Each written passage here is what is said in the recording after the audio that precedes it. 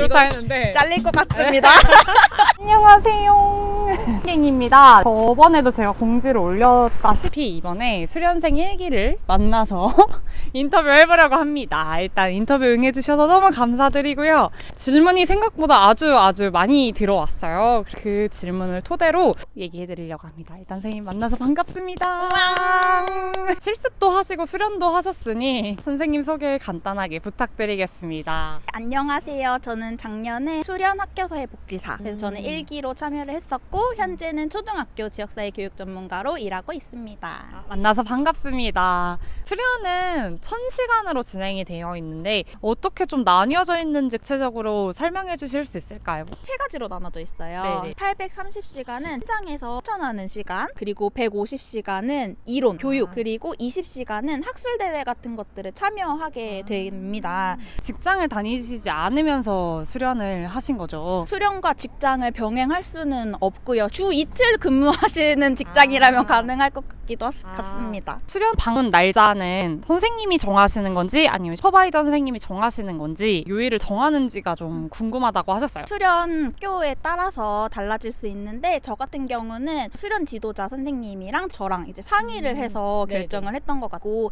만약에 동료들이 있다면 같이 나오는 날이 있어야지 할 수 있는 것들이 있어서 동료들과 또 같이 협의를 합니다. 수련하는 곳을 찾기 위해서는 어디 사이트를 들어가면 될까요? 네, 한국학교사회복지사 협회에 사이트가 있는데 구인 수련 들어가시면은 모집 확인하시고 미리 준비하셔도 좋을 것 같습니다. 아동 청소년 관련 경력을 쌓으셨고 그다음에 사회복지 1급을 가지신 분들도 수련을 하실 수 있는 거죠. 네, 그럼요. 무조건 사회복지사 1급을 가지고 있다? 경험 이런 거 필요 없이 자격이 다 주어집니다. 수련을 지원할 때 경력사항으로 뭘 넣으면 좋을지에 대해서 물어보셨어요. 예를 들면은 자원봉사를 하거나 실습, 그 외에 인턴 활동 등등 자격증을 따야 하는지 어떤 게 중요한지 얘기해 주시면 될 것 같습니다. 제가 뽑는 입장이 아니기 때문에 저의 개인적인 생각으로는 대학교나 대학원에서 학교사회복지와 관련된 수강을 하시면 좋을 것 같고 그리고 무엇보다 중요한 건 학교에서의 경험 많이 보시는 것 같더라고요. 그래서 저는 있던 한 초등학교에서 실습을 했었고 그 경험에 관련된 질문들을 굉장히 많이 해주셨던 걸로 기억이 나요. 그래서 들은 얘기로는 실습 경험이 있는 분들을 수련생으로 많이 뽑으신다고 하시더라고요. 그러면 실습은 좀 필수로 하셨으면 좋겠다고 하는 거죠? 네, 맞아요. 혹시 면접을 볼 때 준비해야 하는 사항이 있을까요? 기본적으로 실습도 사실 면접을 보시잖아요. 실습 면접과 유사하면서 더 깊숙한 경험들에 있어서 질문을 많이 하시는 것 같아요. 그럼 생각났던 질문이 있을까요? 수련을 하면서 기대하는 바가 무엇인지를 여쭤보셨었고 이력서에다가 사례 관리를 했던 경험이 있다라고 적었는데 퇴기를 했었는지 구체적으로? 네, 맞아요. 그러셨어요. 수련을 하면서 가장 좋았던 점과 보람찼던 적이 있는지 궁금합니다. 처음에 저희의 전문성과 수련을 마쳤을 때의 전문성이 많이 성장했다는 느낌을 받았을 때 좀 보람찼던 것 같습니다. 또 동료들이 생겼다는 거, 전폭적인 지지와 조언을 해주실 수 있는 슈퍼바이저 선생님이 생겼다는 게 너무나 좋습니다. 지금 현장에서 근무하고 계시잖아요. 수련을 하고 바로 현장에 투입했을 때 일을 물어보지 않고 바로바로 처리할 수 있을까요? 모든 것들을 물어보지 않고 처리는 할 수 없는 게 학교마다 분위기가 너무 다르고 시스템이 다르기 때문에 분명 학교 관계자들과의 소통과 질문은 필수적인 것 같고 수련했을 때의 최대한 실전과 같은 환경에서 하기는 하지만 인간은 망각의 동물이라고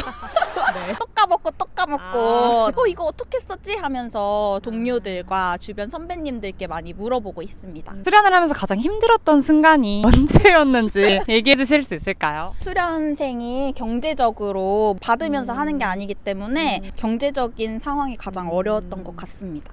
의료사회나 정신보건 같은 경우에는 조금씩 돈을 받아서 수련을 받는데 아직까지는 학교사회복지는 수련을 받지 않고 하는 거죠. 제가 알기론 정신건강도 다 수련한다고 돈을 받는 게 아니고 일을 하는 게 있어야지 돈을 받는 걸로 알고 있거든요. 근데 저희는 1000시간만 이제 하기 때문에 경제적으로 혹은 제도적으로 보장받는 그런 건 없습니다. 수련을 할 때 사례를 하나씩 다 맡아서 하는 걸로 알고 있는데 분명히 어려웠던 적이 있을 거란 거란 말이에요. 어떻게 해결해 나가셨을까요? 제가 이 친구에 대해서 주출명 서비스를 지원하려고 하고 그래서 계속 보는데도 뭔가 변화가 없는 것 같다라는 생각이 들 때 항상 개별 슈퍼비전 시간이 꼭 들어가게 돼 있어요. 그게... 수련 지도자 선생님이랑 이제 수련생이랑 슈퍼비전 받는 시간이 있는데 그 시간들을 통해서 조금 더 구체적으로 여쭤보게 됩니다. 실습을 하고 현장으로 투입하는 게 괜찮을지 아니면 수련을 하고 현장으로 투입하는 게 좋을지 어떤 게 더 나을 것 같아요? 개개인의 상황마다 너무나 다르겠지만 실습했을 때보다 학부모를 만나거나 아니면 학생들과 상담을 하거나 혹은 교사들과 소통하는 게 훨씬 더 많아요. 1년이라는 시간 동안 기회를 더 많이 주시거든요. 사람과의 관계, 소통하는 거에 있어서 훨씬 더 준비돼서 갈 수 있습니다.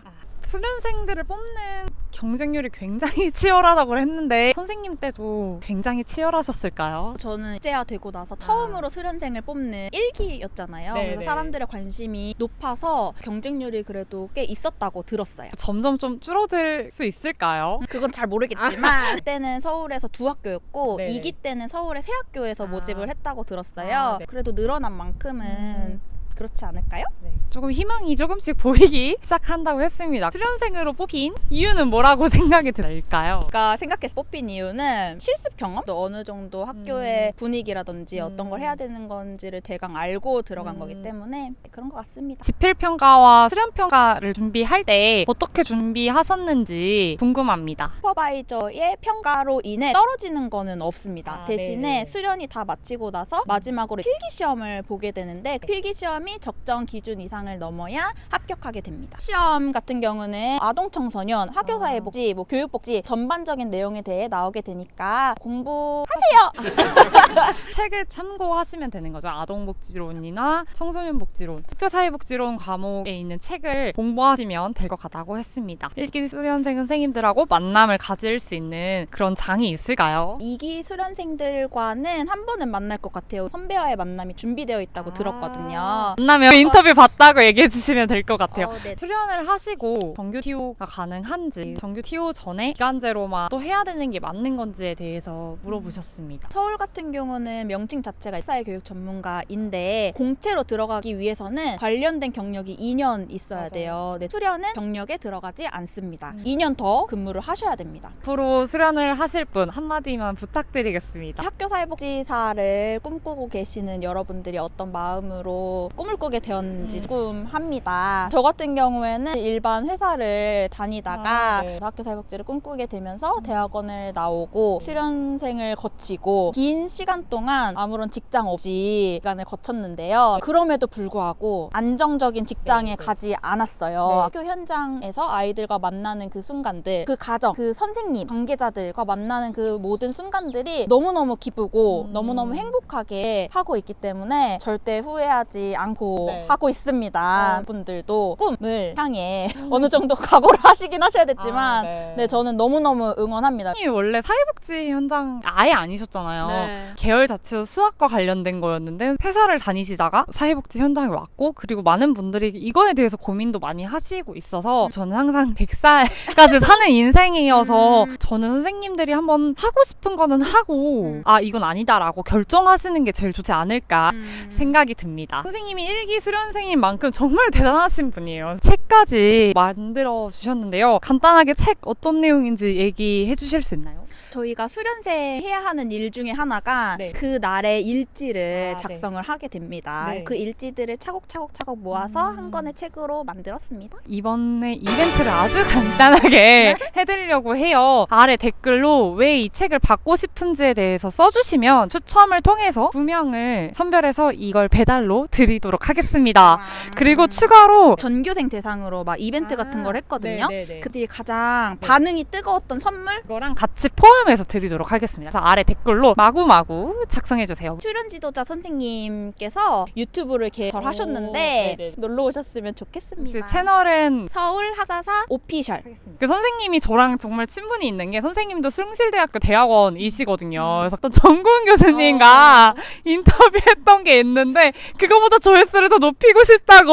아니 제가 듣기로 선생님 채널에 네. 조회수 가장 높은 영상이 전공 교수님과 인터뷰 영상이더라고요. 네, 맞아요. 인터뷰 영상 중에서. 네, 근데 제가 전공 교수님을 진짜 너무너무 좋아하고 너무너무 존경합니다. 네, 네, 네. 그렇지만 이런 사자성어가 떠오르는데요. 청출어람이라고 혹시 아시나요? 그래서 궁금한 게 하나가 있는데 좋아요 수를 조금 늘릴 수 있는 팁 같은 게 있나요, 선생님? 저도 항상 조회수를 이렇게 높이려고 하면은 네. 인스타그램에 영상을 박아놓거나 아니면 선생님이 수련을 하는 분들한테 영상을 좀 공유를 하거나 좀 그것도 중요합니다. 왜냐면 전군 교수님이 강의 네네. 때 자기 인터뷰를 했다고 그렇게 네. 갑자기 이런 말이 떠올라요. 한국은 동방예의지국이라고. 네, 저는 안 될 것 같아요. 저도 수련을 준비하시거나 네. 학교 사회복지 좀 준비하시려고 하는 분들에게 이 영상을 알리도록 하겠습니다. 오늘 영상이 좋으셨다면 좋아요와 구독 부탁드리겠습니다. 안녕. 안녕, 뷰민갱 화이팅. 아래 댓글 많이 달아주세요. 뷰민갱 많이 많이 사랑해주세요. 하지만 잠깐만요. 네. 지금 역대 네. 인터뷰한 네. 사람 중에서 네. 어떤 네. 친구와 하신 게 제일 재밌었나요? 아 저요? 절대 안 끝나. 인터뷰 안 끝나. 쌤이 제일 재밌었던 것 같은데. 쌤이 제일 재밌었던 것 같은데. 아니 쌤이 그냥 같이 있어서 행복했다 하는 쌤이었던 것 같아요. 그런 걸로. 약간 답정론데. 쌤이 제일 재밌었던 경제적인 상황만 힘들었던 걸까요? 네. 근데 아까 너무 힘들다 그랬잖아요. 너무 내가? 빡세서. 아니야. 왜 그 거짓말하지? 그게 그러니까 돈 안 받고 일하려니까 힘든 거였어요. 그게 정신적으로 역시 돈이 필요한 상황이군요.